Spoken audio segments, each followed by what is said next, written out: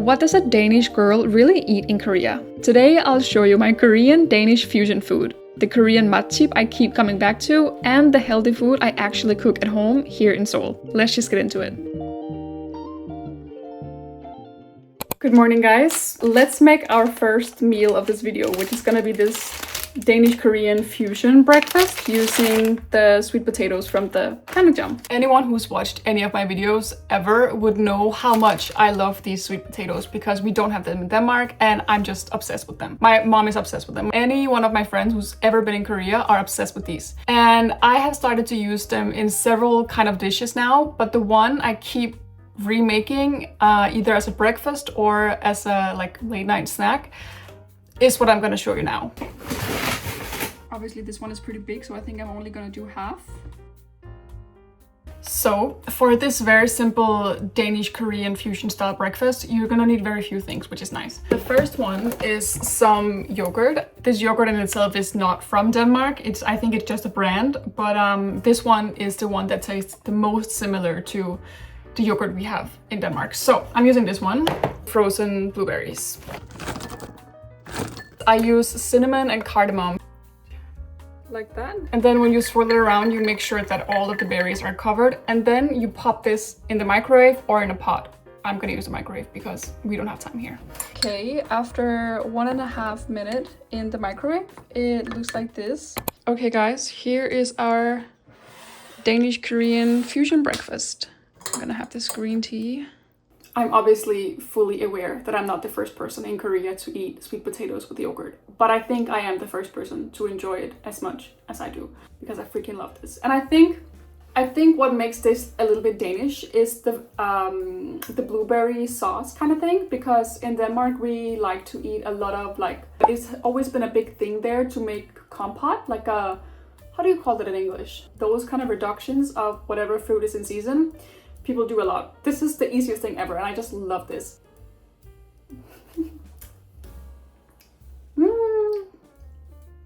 Maybe you remember some time ago I brought some of the sweet potato from Jongro all the way to Denmark to my mom so she could have it again because she loved it so much when she was here.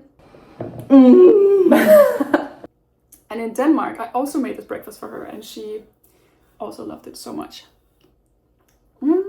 I've also had this thing a few times with vanilla ice cream, or even better with injolmi on top, and I freaking love that. When I was growing up, my great-grandmother, she had this big garden where she would have strawberries, some other berries that I don't know the name of in English. We call them reps. Stikkelsbær, I don't know the name in English either. Well, I'm speaking Danish on my channel. Reps, stikkelsbær, solbær, hindbær, brombær, jordbær, rabarber. And she would always make a lot of those fruit compote kind of reductions, and we would eat those with either milk or with cream. This kind of flavor is just such a childhood thing for me, so that's why I like it a lot. And I hope you would also be curious to try it. For this video, I wanted to include places and foods that are actually accessible to you too, so that we can share the experience. I took a taxi down to Edition Denmark in Noksapyeong for a pastry and a coffee in a very Danish hygge style. 카페인 아이스 아메리카노 주세요. 네, 그리고 통카번 하나 주세요.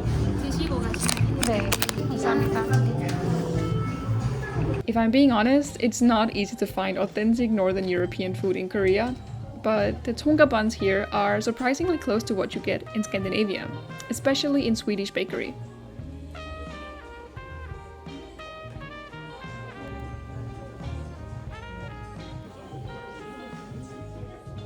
I'm not sure if you're gonna be able to hear me in here because there's a lot of people and music, so I don't want to speak too loudly, but of course I don't go around and eat these kind of tonga buns every day, but if you really do want to try a Danish kind of Scandinavian maybe pastry or bread in Seoul that is actually authentic, I think here is probably the best choice, even though there are a lot of good cardamom buns and tonga buns all around Seoul, but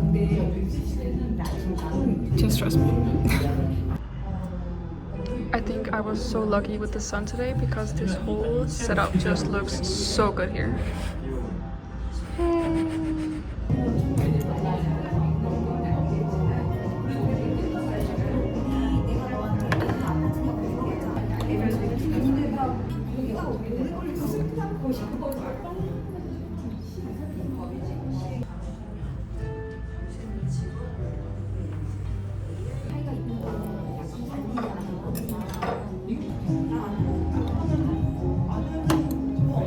Guys, I just finished my evening classes and I thought we could go and grab a dinner because I always say on here that when I have classes until late, those are the only days that I eat outside and not cook myself.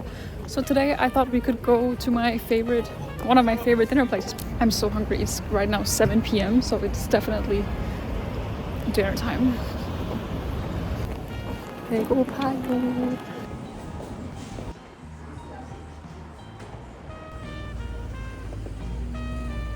So scared to go in here alone. I've never been here alone before. 안녕하세요. 한명이요. 한 분이 편하신 대로 앉으시겠어요? 감사합니다.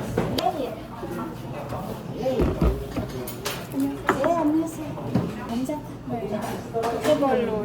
감사합니다.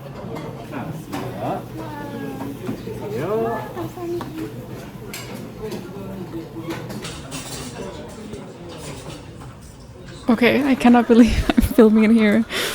I want to just hide myself behind this plate. But I have to show you this because this is such a good place. And I don't care what anyone says. I know there are obviously so many good Gamjatang places in Seoul, in all of Korea, obviously. But I just love it here. I think it's because every time I come, it's the same people who work here and they're always equally as nice and they're always equally as generous and smiling and happy, and it does not matter if I come here for lunch or if I come here like right before they close at midnight or something. They're always nice and I just love that. And this place have such good kkakdugi and kimchi here and here, 2 small carrots with samjang. I will obviously show you this meal, but another thing I really love about this, they give you so much bechu in the Gamjatang, so it's just good for your digestion and your stomach and everything. It's just such a comfort place for me. I love it here. 행복해요. 잘 먹을게요.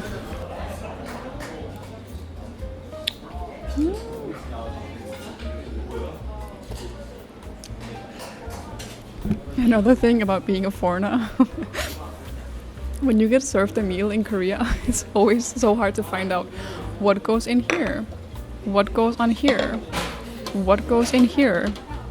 Like there's so many objects for everything and I sometimes still struggle to find out. But after being here for a few times, I think I found out that this is for the kkakdugi or the kimchi. And you put it on this plate. I could be wrong. If I'm wrong, please tell me. I hope not. Just cut that a little bit. Another thing that I think Korean people might take for granted is how sharp Korean scissors are for some reason. I have never used a scissor in Denmark that could cut through things like they can in Korea. So that's nice.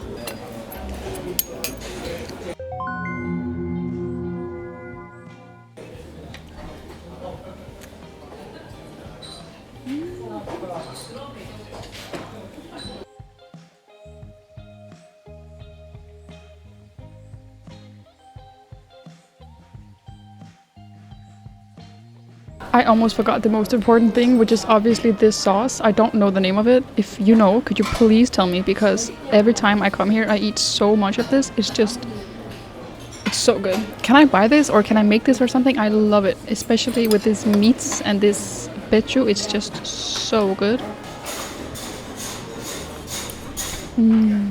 Last time I went to this Gamjatang chip, I remember that someone in the comments said that the meat, the backbone, this turkey in here, was actually imported from Denmark because the Danish people didn't know what to do with it. Like they didn't use it for cooking. It was just a waste meat. And then, well, it's not an ASMR video, that's for sure.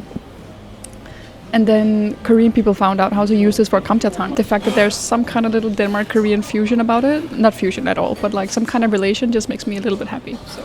And if I got the story wrong about how it came, the meats or something, just let me know. Like I could be wrong. I don't care what you say, this is such a good place.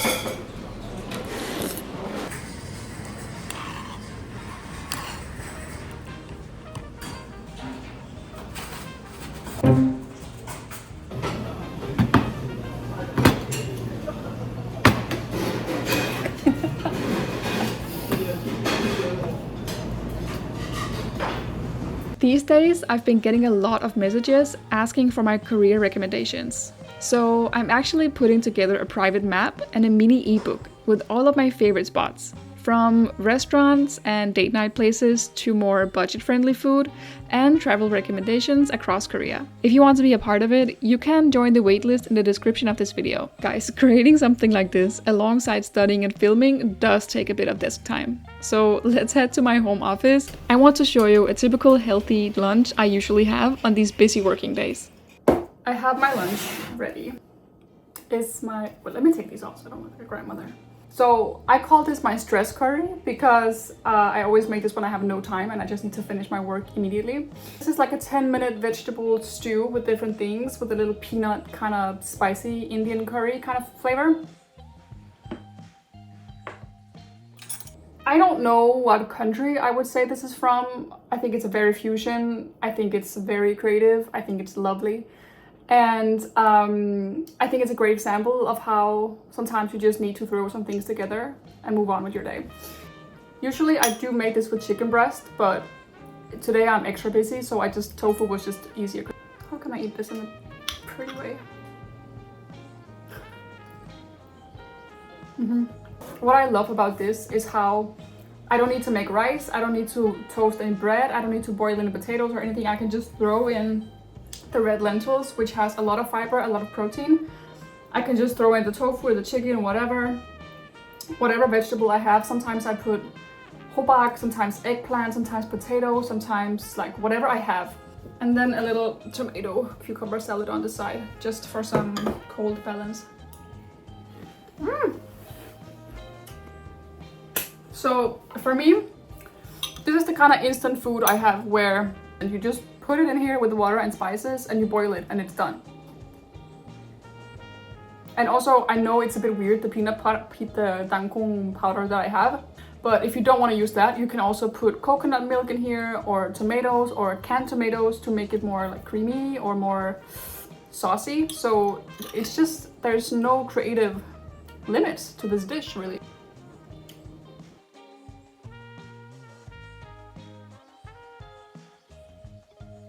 For me, Korean cucumbers are so much better than Danish cucumbers. But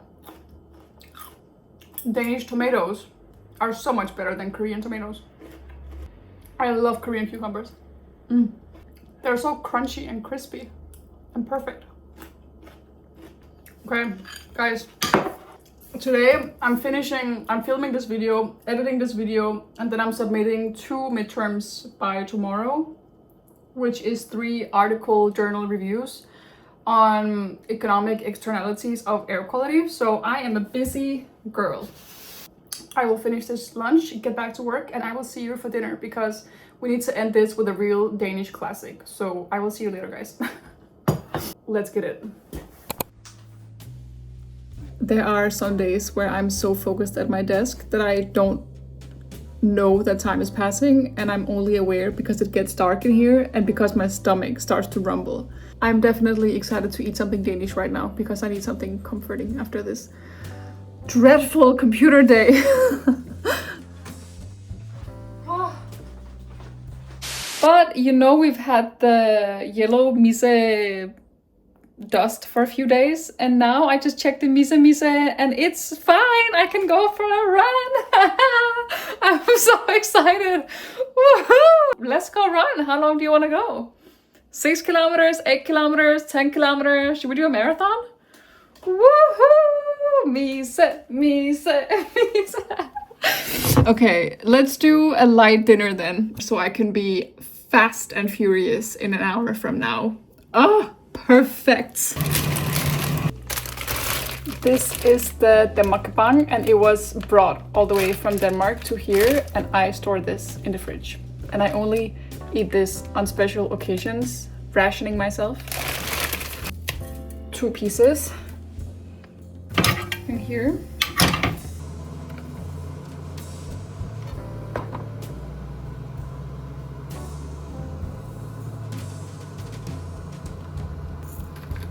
Okay, we have made it to dinner, and the dinner is not what I expected. I was expecting to make like a chicken salad, make it look really nice, like something kind of egg mayo style, but things change.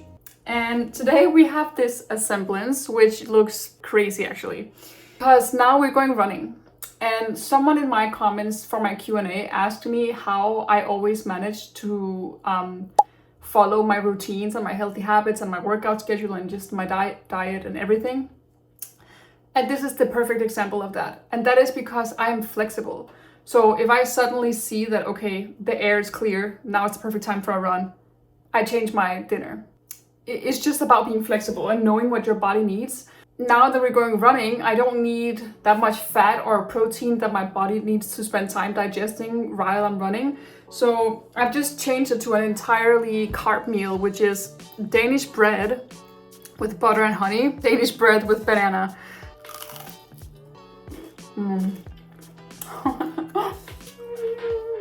It tastes like a Sunday morning in my mom's house. I got the coffee and cheese.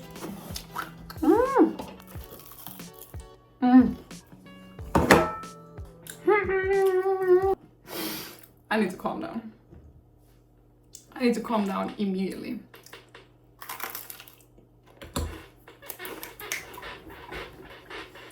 It feels like when you have a dog and the dog knows he's about to go for a walk, he's super excited. That's how I am.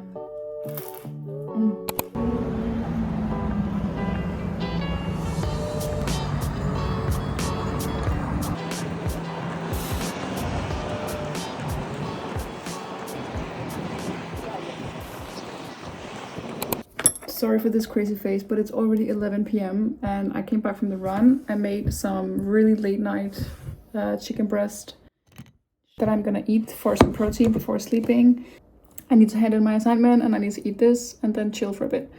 Because this was a long day actually, a long day of work and fun and a long day of talking to you and cooking and having fun. But it was a really good day. I really hope you either got some inspiration or just learned something fun or just enjoyed watching this fun food video from a Danish healthy girl living in Seoul. Also, if there's any seasonal foods for spring or summer here in Korea that I should try, please let me know in the comments because that's so fun. So I will talk to you there or see you in my next video. Bye bye and 잘 자요. 잘 주무세요.